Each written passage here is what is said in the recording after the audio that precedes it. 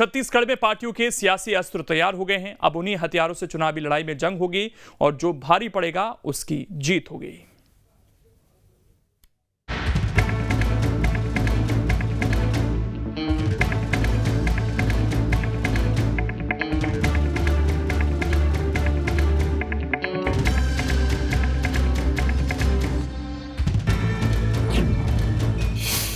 पार्टियों का चुनावी हथियार तैयार।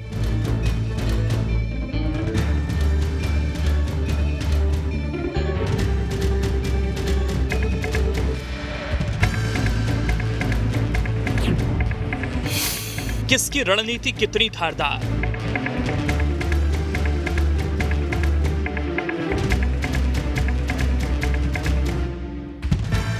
वोटिंग में भले ही कुछ महीने का वक्त हो, लेकिन चुनावी जंग तो अभी से शुरू हो चुकी है।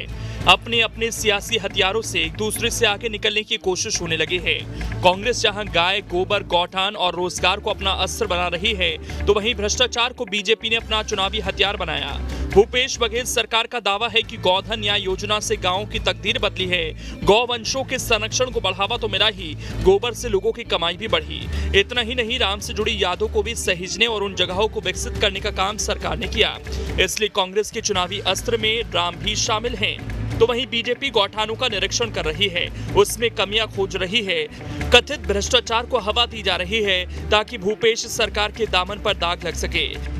2023 के चुनाव में कांग्रेस पार्टी के पास सरकार की ढेर सारी उपलब्धियां हैं। किसानों की कर्ज माफ़ी, बिजली बिल हाफ योजना, आदिवासियों के ज़मीन को लौटाना, युवाओं को सरकारी नौकरी और स्वरोजगार का अवसर प्रदान करना, महिला स्व सहायता समूह की बहनों की कर्ज माफ़ी करना, मानदेय बढ़ाना और लगातार सरकार छत्तीसगढ़ की कला, संस्कृति, परंपरा, तीज त्योहार को पुनर्जीवित करने के लिए काम कर रही है। राम वन पथ है, गौ माता की सेवा है और कौशल्या माता मंदिर का जीर्णोद्धार है। तो हमारे पास ढेर सारी उपलब्धियां हैं और भारतीय जनता पार्टी सिर्फ झूठ की राजनीति कर रही है। गाय के नाम से तो इस सरकार ने घोटाला किया है, तो गाय इनके लिए कैसे विषय है। गोबर बेचने के नाम पर भी इन्होंने भ्रष्टाचार कर लिया, तो वो इनके लिए कैसे विषय है। भगवान राम जिसे ये काल्पनिक बताते थे, ये राम सेतु को कहते थे कि वो है ही नहीं, उसका अस्तित्व नहीं। जिस संस्कृति का प्रचार भगवान राम का नाम लेने से होता है, उस संस्कृति को भी चोट पहुंचाने का काम सबसे ज़्यादा कांग्रेस के राज में हुआ। तो न राम, न गौ माता, न गोबर कांग्रेस के लिए विषय हो सकता है। प्रदेश की जनता बेताब बैठी है कि कब उन्हें बटन दबाने का मौका मिले और वो कांग्रेस को छत्तीसगढ़ से विदा करके भाजपा की सरकार लाएं। चाहे वो किसान हो या फिर युवा, भूपेश ने हर वर्ग को साधने की कोशिश की। चूंकि बीजेपी कोर हिंदुत्व के मुद्दे को भी हवा देती है, इससे कांग्रेस को ध्रुवीकरण का खतरा रहता है। शायद इसीलिए राम वन गमन पथ के विकास से लेकर माता कौशल्या महोत्सव तक का आयोजन हुआ और अब रामायण महोत्सव कराने की तैयारी हो रही है ताकि बीजेपी को ध्रुवीकरण का मौका न मिल सके। छत्तीसगढ़ में आगामी विधानसभा चुनाव भाजपा के 15 साल और भाजपा के 5 साल के चुनाव की तुलना के साथ साथ छत्तीसगढ़ में भूपेश सरकार के जो छत्तीसगढ़ मॉडल पर जो धरातल में कितना काम हुआ है या उनमें कितनी कमियां रही हैं, यह एक विषय रहेगा। और केंद्र सरकार के 9 साल की उपलब्धि और राज्य सरकार के नाकामियों को लेकर भाजपा जो एक मुद्दा बनाने के जा रही है, इन सब के साथ साथ ही महंगाई, बेरोजगारी, भ्रष्टाचार और जो धर्म, हिंदू धर्म का सबसे बड़ा हितैषी कौन है, यह भी एक बड़ा विषय चुनाव में होने वाला है। अब तक का जो चुनावी ट्रेंड है उस पर अगर गौर करें तो प्रदेश में वोट शेयर में बड़ा गैप नहीं रहा, लेकिन 2018 में बड़ा बदलाव दिखा था और करीब 10% वोटों का अंतर था।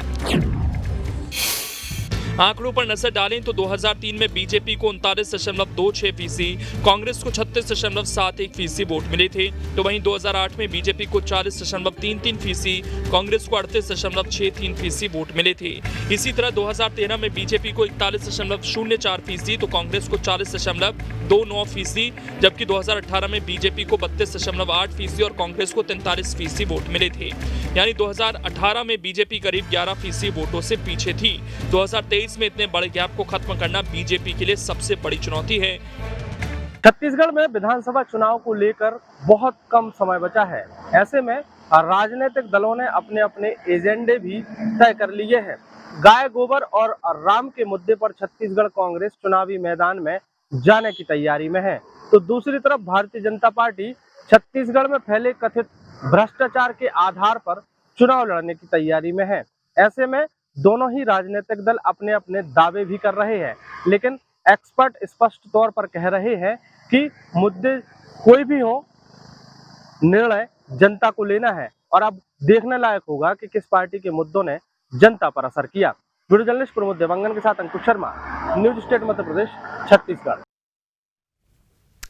अब इसमें खबर तो यह है कि बीजेपी कांग्रेस में सीधी टक्कर है। जेसीसीजे पहले से कमजोर हो चुकी है, इसलिए वोट बंटने की संभावना कम है।